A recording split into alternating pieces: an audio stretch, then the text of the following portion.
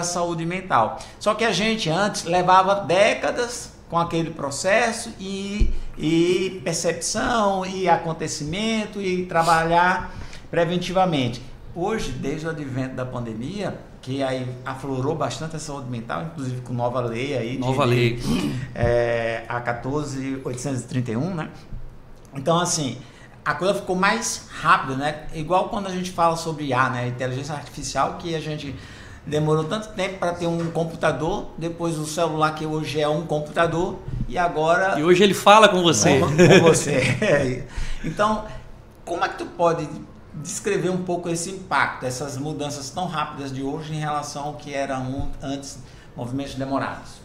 Olha só, Adalberto, as coisas, você foi bacana que você foi lá na Revolução Industrial para fazer essa pergunta, ficou difícil, mas eu vou dizer uma coisa, tem coisas que a gente já resolveu e tem coisas que a gente não resolveu ainda. Quer ver uma coisa? Nós estamos no mês de abril e é comemorado e é a campanha nacional e internacional chamada Abril Verde. Isso. O que é o Abril Verde? Na década de 70, isso começou o movimento da ONU em 2003. Na década de 70, eu acho que foi em 76, se eu não estou enganado, no estado da Virgínia, nos Estados Unidos, teve uma explosão de uma mina, né, e matou 70 e poucos trabalhadores, acho que foi 76 trabalhadores. Né?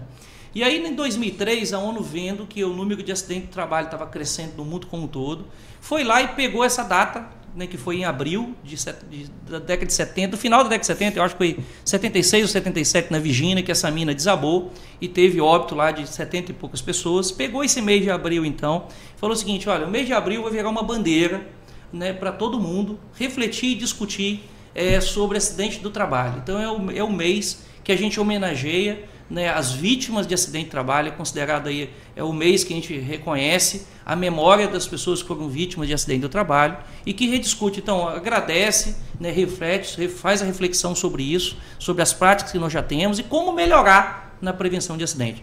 Não sei se tu sabe, Adalberto, o Brasil tem hoje, em média, 700 mil acidentes do trabalho por ano. 700 mil trabalhadores são acidentados. Sai de casa igual eu e você e sofre acidente. A nossa taxa de óbito está na casa de 0,3. 0,03, desculpa. Então isso dá o seguinte, olha, um óbito mais ou menos a cada 290, 300 e poucos trabalhadores. Então acidentes. Então de cada 290 a 300 acidentes, vai morrer alguém. Alguém vai morrer. Então isso já, como o nosso número de acidente é muito alto, a nossa taxa não é muito alta, veja, 0,03 de cada 0,03 de cada acidente que tem um é óbito, né? Aliás, desculpa, nós temos em média 700 mil acidentes, 0,03 disso gera óbito. Isso dá em média aí entre 2.800 a 2.900 e poucos acidentes ano a ano, não vem mudando muito na última década. Então no Brasil, posso te afirmar hoje que a cada 3 horas a 3 horas e 20, alguém vai morrer por acidente de trabalho no Brasil. Então, talvez essa manhã aqui, pelo menos 2 pessoas já morreram por acidente de trabalho no Brasil. E isso não vem mudando muito nos últimos 20 anos, Adalberto. Nos últimos 20 anos, a gente vem andando de lado nessa estatística aqui. Em média, 700, 800 mil acidentes por ano e em média entre 2.800 a 3.000 óbitos por ano. Nos últimos 20 anos, essa é a estatística de acidente de trabalho no Brasil. Principais causas de acidente de trabalho no Brasil: acidentes com elétrica e acidente com em altura. São os 2 principais causas de acidente de trabalho no Brasil. Então, isso para te contextualizar, que o movimento Abril Verde, que todas as empresas estão trabalhando esse mês, ele ainda é muito importante. Tua pergunta falou o seguinte: tem coisas que a gente já superou, tem coisas que a gente não superou. Então, por exemplo, acidente com elétrica e trabalho em altura é coisas que a gente ainda não superou. Tanto que ainda são as principais causas. Tem coisas que nós já superamos no Brasil. Por exemplo, vamos imaginar, você lembra que nós já tivemos muitos acidentes com elementos radioativos no Brasil, né, na final da década de 80, da década de 90. Até a legislação para técnica de radiologia, tudo que até hoje se permanece, e a gente sabe que o controle é tão grande que não tem nem radiação, né? Pegar o histórico de acidente radioativo no Brasil é mínimo, porque mostra que a indústria química, as indústrias que trabalham com equipamentos, materiais radiológicos, cara, evoluiu muito no Brasil. Então isso evoluiu muito mesmo. Você trabalha em clínica, você tem na raio-x e você vê que tem norma específica, tem pessoas específicas, tem controle específico. O equipamento tem uma série de mecanismos que tem que ser trabalhados. Então isso foi algo que a gente melhorou muito no Brasil. Mas trabalho em altura e serviço com elétrica ainda não conseguimos resolver.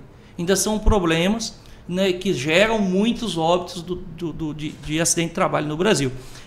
Coisas que a gente tem emergentes. Você falou agora da nova lei, né, que trata sobre reconhecer empresas, né, promotoras de saúde mental no Brasil. Vou te dar um dado, Adalberto. Eu acompanho indicadores de saúde ocupacional há muitos anos, há pelo menos 20 anos. E vou pegar o segmento portuário, que eu trabalhei muitos anos, como exemplo só. Nos últimos, sei lá, até 10 anos atrás, mais de 60% dos acidentes de trabalho no setor portuário era relativo a doenças osteomusculares. Então veja, o sujeito estava no final de semana jogando bola, caía e não ia trabalhar na segunda-feira. O sujeito estava andando de moto, caía e ia se afastar. O sujeito ele tinha um problema de coluna, porque tinha o estivador no porto e travava a coluna e ia se afastar, talvez tratar a saúde, ia ficar muitos anos afastado, inclusive aliás, eventos com saúde, aliás, afastamentos relacionados à doença osteomuscular normalmente é longo. O sujeito ele tinha um problema na perna, ia fazer uma cirurgia na perna e se afastava. Movimento repetitivo, o cara desenvolvia uma dó e se afastava. Então, para você ter uma ideia, de cada 10 trabalhadores que se afastavam até 10 anos atrás, nem vou pegar muito longe, até 10 anos atrás, cada 10 trabalhadores que se afastavam, 6 eram questões osteomuscular.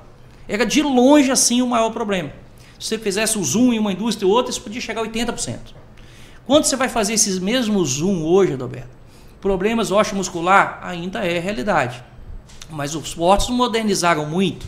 Hoje as máquinas, hoje os equipamentos são todos, a gente passou pela fase da mecanização, né, que você deixou de carregar peso e a máquina levava o peso. Nós passamos da fase da automação, que é o cara fica só aperta um botão, a máquina faz. E nós já estamos numa fase aí da indústria 4.0 que a máquina faz tudo sozinho, que é a fase da programação. Você já está tudo programado, você só fica assistindo o equipamento autônomo indo lá e fazendo. Mas, por outro lado, o que tem aumentado agora? A carga mental no trabalho. Então, hoje, pegar o segmento portuário, por um exemplo, 48% de todo afastamento no segmento portuário é o que a gente chama de CDF, que são doenças de transtorno mental. Então imagina, o quanto que já mudou. Então osteomuscular ainda tem? Tem. É problema? É, mas não é mais 60%. Ele já significa ali 20 e poucos, 30% de cada afastamento. E CDF, que há 10 anos atrás nem aparecia, Adalberto. Porque assim, você sabe que o Brasil tem muito tabu. Então o sujeito ele tinha algum problema de ordem mental, às vezes ele nem usava o plano de saúde da empresa, porque ele não queria que a empresa soubesse que ele estava passando por algum problema de ordem mental. Hoje já é mais de 40%, quase 50% de todo mundo, pegando só um recorte do segmento portuário, mas isso, se você for olhar em cada segmento, mais ou menos um pouquinho, isso vai estar mais ou menos a mesma média, quase a metade de todo o afastamento é CDF. Pelo menos 38%, se for pegar qualquer segmento, vai ver que é afastamento aí por CDF. Isso se dá por quê? Nós falamos da indústria 4.0, mas a gente já vive também uma vida 4.0. Olha aí, ó. O celular é um membro a mais que a gente tem. Pode ver. Aonde você está, o celular está contigo. É a extensão não só do escritório, mas do nosso corpo. Pode olhar, onde você está, o celular está ao alcance do teu braço. Até quando você vai tomar banho, tu deixa ele na beiradinha da pia. Né? Então, assim, aonde você estiver... Dorme com ele do lado. Dorme do lado. Então, aonde você está, o celular está ao alcance do seu braço. Viaja, a primeira coisa que pergunta é, tem rede tem lá? Rede, tem Wi-Fi. Né? Então, assim, nós já vivemos uma vida 4.0. Sociedade, os relacionamentos, eles diminuíram, porque tudo agora é digital. A alimentação nossa piorou muito, porque tudo é muito rápido. Então, tudo depois da pandemia, cara... Pô, vou dar um exemplo. Eu quase não pedia comida em casa. Olha o quanto que a gente pede comida hoje em casa depois da pandemia. Então a gente mudou radicalmente hábitos de vida. Isso. E essa vida 4.0 que a gente vive, não só no trabalho, mas no pessoal, tem gerado maior necessidade de carga mental. E isso, por isso que quando a gente fala de ergonomia hoje na empresa, a ergonomia tem um fator principal. Porque ela não é só mais... A ergonomia tem 3 parâmetros, que é o físico, que é a ergonomia física, a ergonomia cognitiva e a ergonomia organizacional. A ergonomia hoje ela tem que se dedicar mais na cognitiva. Cara, ela tem que chegar e fazer uma análise ergonômica hoje, não só de movimentos repetitivos. Também tem, mas ele tem que saber o seguinte, vem cá, qual a carga de exigência mental desse trabalho? Tem monotonia? Tem alta necessidade de concentração? Tem alta necessidade de lidar com dados? Tem pressão? Tem estresse? Então isso tudo tem que ser avaliado com muito rigor. E essa lei que você referenciou aí, que é a lei nova, qual é o número mesmo, Roberto? Cita aí. 14.831 de 2004. 14.831 era do mês passado, né? Muito nova. Aliás, mês passado, fim do mês passado. E essa lei, o que ela trata? Ela vem criar mecanismos para reconhecer empresas que têm práticas de saúde emocional. Então, a empresa que vai lá, tem diagnóstico, monitoramento, suporte, acolhimento para questões socioemocionais, né? Então, para empregados que estão sofrendo aí com transtornos mentais, com doenças emocionais. Então, as empresas que estão sensíveis a isso e tratando isso, vai ter aí um sistema de reconhecimento, vai ter distinção. Então, o governo vai reconhecer, vai atrelar através de certificado. Daqui a pouco a SafeMed está lá recebendo um certificado bacana, falando, olha, SafeMed é uma empresa que se preocupa com o trabalhador porque tem práticas tais. E é engraçado, Fábio, a gente vê como é uma linha do tempo, né? Porque no começo a preocupação, como tu mesmo falaste lá no Porto, era mais nessa área cognitiva, física, né? E aí, hoje em dia, a gente já foi aqui para a parte mental. Então, o foco da empresa hoje também, é bom a gente... até atentar isso para as novas pessoas, novos empresários, dar importância a essa área. Porque até tu pode ver aqui como a gente pouco falou de EPI hoje, né? Quase não falamos nada sobre EPI, talvez nem comentamos. E hoje muitos empresários ainda acham que o fundamental, quando se fala de segurança para sua empresa, é em EPI, sendo que EPI é a última camada de segurança. É quando já não tem mais medidas de engenharia, processos, medidas administrativas, né? Então a gente tem que mostrar para eles hoje que o foco das empresas estão mudando para eles se atentarem a essa nova lei. Sem dúvida, Levi, não só a essa nova lei, né, que essa lei ela visa reconhecer as práticas, mas de produtividade. Quanto que custa um trabalhador afastado? Quanto que custa um trabalhador trabalhando e atendendo mal ao cliente porque ele não está conseguindo, Adalberto, lidar com seus próprios estresses, o presenteísmo, com né? o presenteísmo. Isso é uma prática de saúde emocional. Então, quanto que custa esse trabalhador para a empresa afastado ou que está ali atendendo, né, com insatisfação, atendendo sem dar foco ao trabalho? Quanto que custa? Agora, se você escalar isso, Adalberto, quantos trabalhadores tem hoje no grupo SafeMed, em média? Todo o grupo, quase 2.000. Quase 2.000. Então, imagina aí, de quase 2.000, se você tiver nesse momento só 15 pessoas nessa condição. Só 15% das pessoas nessa condição. Vamos pegar a empresa que eu trabalho hoje, que tem 60 mil trabalhadores. Quanto que equivale a 15% das pessoas nessa condição? Eu estou falando 15%, mas eu disse a você que a realidade do Brasil hoje, variando de um segmento para outro, é de 35% a chegando a 50%. Vou pegar a saúde. O segmento de saúde hoje, quase 50% dos trabalhadores que se afastam por questão de CDF.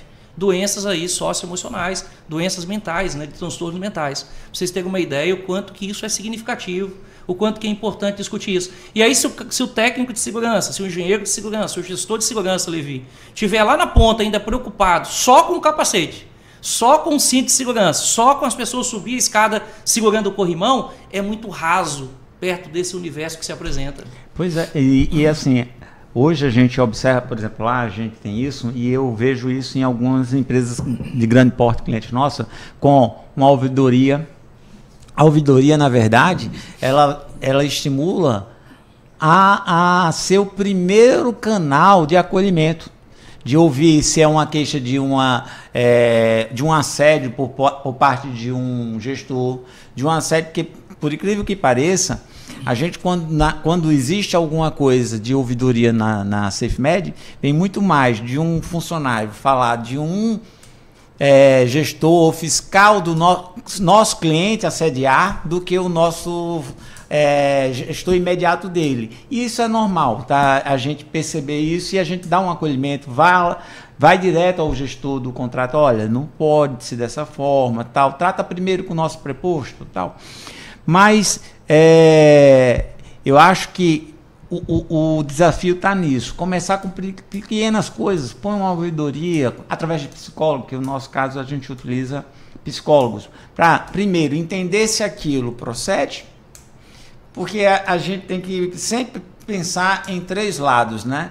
O lado de quem está se queixando, o lado de quem foi, de repente, o objeto da queixa e o que, de fato, procede ou não. Mas acolher, em detrimento de que se é verdade ou se não é, eu acho que isso é o primeiro passo. Eu acho que as organizações estão buscando esse sinal, né? E isso é ESG, porque quando a gente voltando a falar, Levi, isso é ESG, porque isso agora nós já estamos falando lá no G de governança.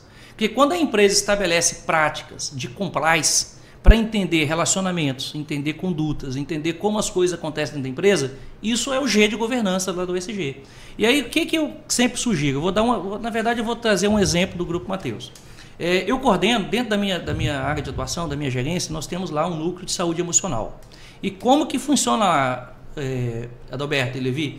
É dividida em duas atuações. A atuação individual, então qualquer empregado hoje pode entrar na intranet e falar assim, pô, eu estou precisando de um acolhimento psicossocial. Eu estou com algum problema aqui, não estou sabendo como agir em tal situação. Ainda não é denúncia. Ele tá com angústia. Ele está endividado, está com um filho com problema de drogas, ele está com um problema de relacionamento com o líder, pode ser um assédio, ele está sentindo ali que pode ser um assédio, e ele pode entrar lá e marcar uma consulta, um acolhimento com o nosso central de psicologia. O nosso núcleo de saúde emocional faz esse atendimento individual. E isso qualquer um dos nossos 60 mil empregados tem esse serviço. E aí esse é o primeiro lado, né, o individual. O outro lado é o coletivo. O que nós fazemos? Com base, a gente olha para cá, com base em todos esses atendimentos, qual é o maior índice de prevalência? O maior índice de prevalência é aqui problema de relacionamento entre líder e liderado. Não, é o problema de endividamento. É um problema de drogas. E a gente faz aqui um braço coletivo. Com base no que tem mais aparecido aqui, a gente faz um trabalho preventivo. Leva agora a uma sensibilização para os líderes, uma sensibilização sobre, por exemplo, aí, economia doméstica, se for o caso, oficinas disso. Então a gente sai aqui do individual e leva práticas de trabalhar em grupo, né? Então isso aqui é o primeiro nível. O segundo nível aí é a ouvidoria mesmo. Aí o que é a ouvidoria? Aí aqui é quando tem problema mesmo, problema de ética, problema de assédio moral, assédio sexual, né? Nós estamos falando de desvio, suborno. Aí isso é tratado, que aí é uma quebra do código de ética. Aí esse é o segundo nível, né? Que também está no G de governança. E aí o que nós vamos fazer lá? Tratar e acompanhar esses casos, né? Tratar e acolher, se for ali identificado realmente uma possível vítima. Tratar e com gestão e rigor os casos que estão ali de descumprimento de código de ética. Porque quando trata de ética, Adalberto, eu penso sempre assim, você não tem um sujeito meio ético. Aqui ou você trata, ou você é ético, ou você aqui está antiético. E por isso que tem que ter dentro da empresa, muito bem estabelecido, o código de conduta ética. O que é o código de conduta ética? É a regra do jogo. E ele tem que ser claro, ele tem que ser definido, ele não pode abrir brecha para interpretação. E aí você não basta também ter. Ter é o primeiro passo. O segundo é alinhar, discutir, treinar as pessoas, tirar dúvida das pessoas, que às vezes a pessoa comunicar, né? Comunicar, porque às vezes a pessoa pode incorrer ali num desvio ético por não saber. Vou dar um exemplo. É muito comum as empresas terem lá, bem definido no seu código de ética, a relação entre parentes. Por exemplo, eu posso contratar alguém, uma empresa do meu pai, do meu filho, do meu irmão, contratar a minha esposa como terceirizada. E isso vai depender da tolerância da organização. Tem organização que não aceita nem primo, por exemplo, nem primo, nem sobrinho. Tem organização que fala, não pode ser o ascendente e o descendente, mas se for a empresa da minha sogra, pode. Então a regra do jogo tem que estar bem definida. Primeiro no código de conduta ética, segundo bem comunicado para o trabalhador. E a partir daí, cara, é canal de denúncia. Canal de denúncia vai garantir que as coisas estão seguindo aquilo que foi acordado, o compliance, né? A regra da governança. Então esse ambiente de controle também gera melhores relações de trabalho. E o primeiro índice, eu costumo falar assim, então na nossa empresa lá eu falei aqui do núcleo de saúde emocional e tem o canal de ouvidoria. Mas isso aí já deveria ser a segunda e a terceira instância. Você sabe qual que é a primeira instância, Adalberto? É o contato do líder liderado. Cara, nada substitui, cara. O seu líder imediato, tu tem que ter liberdade para conversar com o teu líder imediato.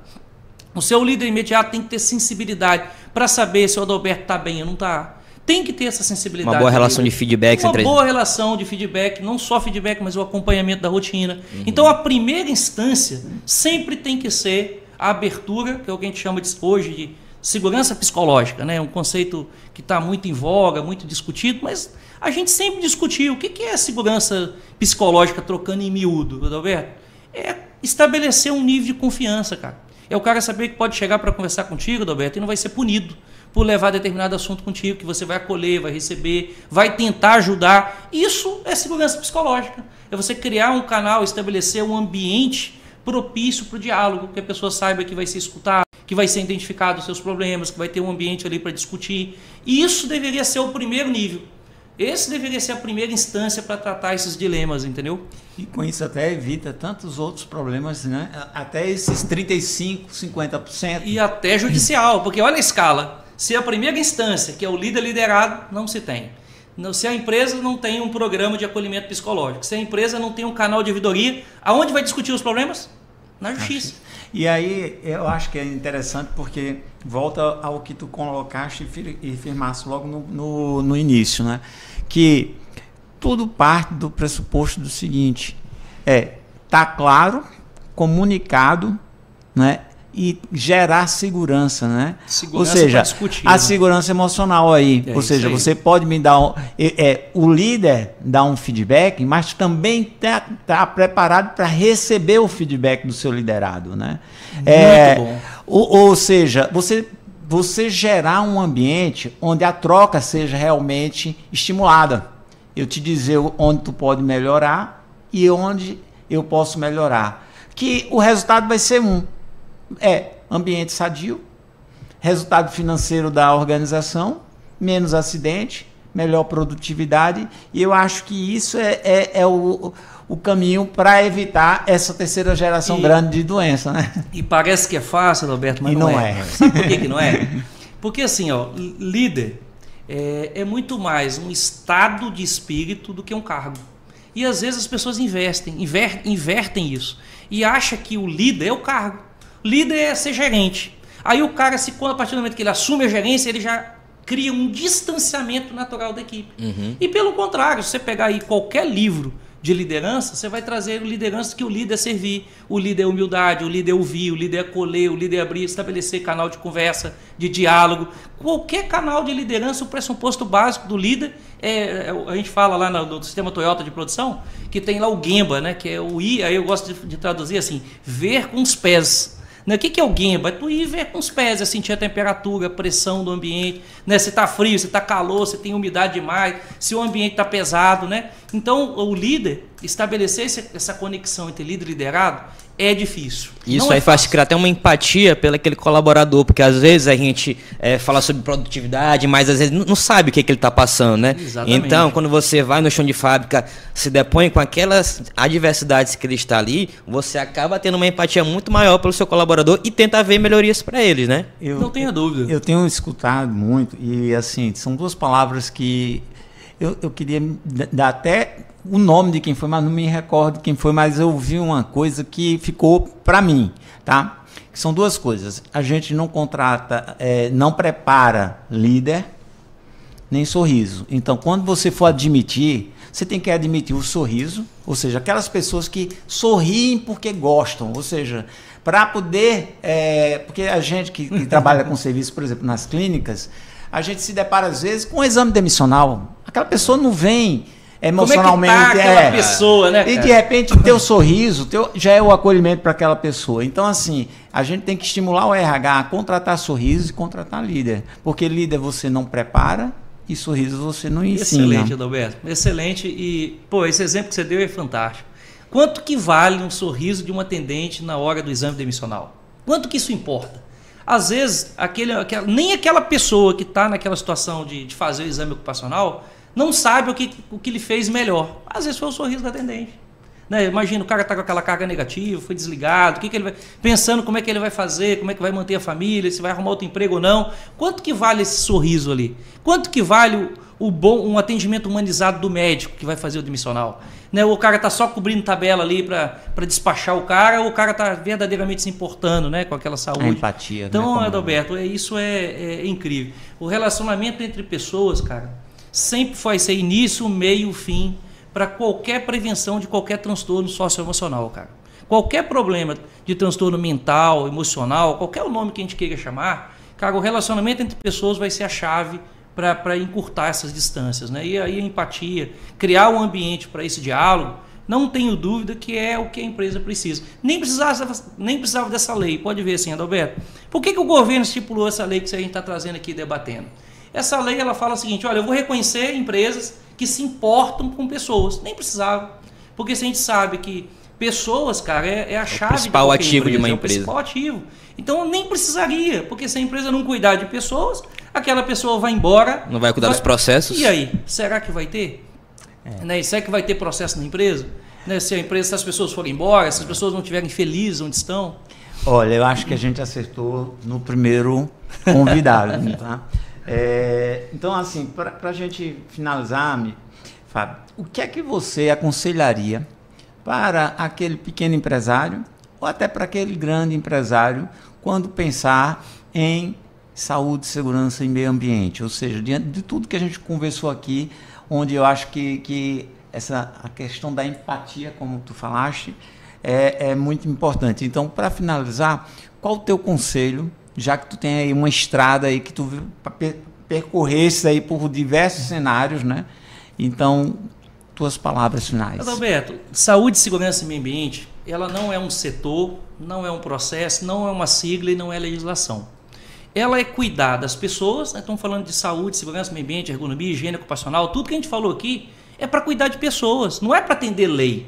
Lei, cara, se a gente for parar, por que existe a lei? Porque empresas não estavam cuidando de pessoas, aí precisa criar uma lei, cobrar quem não faz, mas se a empresa incorporar e entender que quem faz a produção, quem faz as coisas acontecer, quem vai gerar o lucro, quem vai gerar o retorno, é as pessoas, cuidar das pessoas é fundamental. E aí saúde, segurança e meio ambiente é meio para cuidar dessas pessoas. E quando eu falo de meio ambiente, né, tirando agora desse contexto, só colocando meio ambiente, é cuidar do planeta e das organizações onde eu estou, do ambiente onde eu estou. Porque, pensa bem, o conceito de sustentabilidade, ele sempre divide em três, que é o econômico. Então o projeto ele precisa ser economicamente próspero. Porque se não der lucro, não adianta, não vai ter as outras coisas. Mas, por outro lado, tem a parte social. Ele tem que ser socialmente justo. Então, as pessoas que estão em volta têm que tirar proveito disso. O socialmente justo começa com o empregado. O empregado é o primeiro público daquela empresa. Eu estou pagando um salário justo, eu estou pagando ali todos os direitos daquele trabalhador. O trabalhador fez hora extra, foi para o banco foi pago, né? Ou ele teve a folga. Isso é ser também socialmente justo, né? É fazer com que quem está naquele meio também cresça, mas também é pensar no stakeholder. E por último, a esfera ambiental, né? Que tem que ser ambientalmente correto. Então eu tenho que saber, o meu resíduo, você trabalha com resíduo hospitalar, então o resíduo hospitalar está tendo a destinação adequada? Ou eu estou pegando e gerando um material perfúrio cortante no meu lixo comum, que daqui a pouco vai vir um lixeiro, vai espetar a mão, aí olha só, um problema ambiental gerou agora um problema social. Olha como é que as coisas estão interligadas. Então o que eu diria para o empresário, Adalberto? Eu não vejo outra maneira de ter prosperidade nesse novo mundo, se não for pensando em ambiental, social e o econômico. Não vejo. Se a gente não pensar nessas três coisas, hora ou outra, o próprio mercado vai expurgar. Porque não tem mais espaço para aquele líder espartano com uma espada na mão, cortando cabeça, né, igual a gente via lá no Conan, o Bárbaro. Lembra desse filme no começo da década de 90? Não tem mais espaço para esse líder. O líder hoje ele precisa ser associativista, ele tem que pensar no todo. Então a melhor maneira de pensar no todo é pensar nesse equilíbrio aí entre o financeiro, o social e o econômico. E tudo que nós conversamos aqui está dentro desses três termos aqui. Ou vai estar no econômico, que tem que gerar renda, ou vai estar no social, e que dentro está tudo, os empregados, sociedade, comunidade e tudo, ou vai estar no ambiental, né, que é o ambiente onde eu estou, né, cuidar dos recursos hídricos, como que eu estou consumindo meus recursos, será que eu estou produzindo hoje, e como eu produzo hoje, eu vou ter como produzir semana que vem, mês que vem, ano que vem, daqui a 30, 50 anos? O empresário precisa pensar nisso. Então, o que eu diria é sair do imediatismo, Roberto, sair do imediatismo e pensar nesses fatores que agregam sustentabilidade ao negócio. Perfeito. Beleza? Bom demais estar aqui, cara. Cara, agradecer aí a tua agenda, esse teu espaço Bom aí demais, para amigo. contribuir conosco nesse projeto aí e que a gente possa sentar outras vezes e poder aí compartilhar momentos como esse de troca e de sabedoria. Bom demais. Obrigado, Até a próxima, hein? pessoal. Obrigado.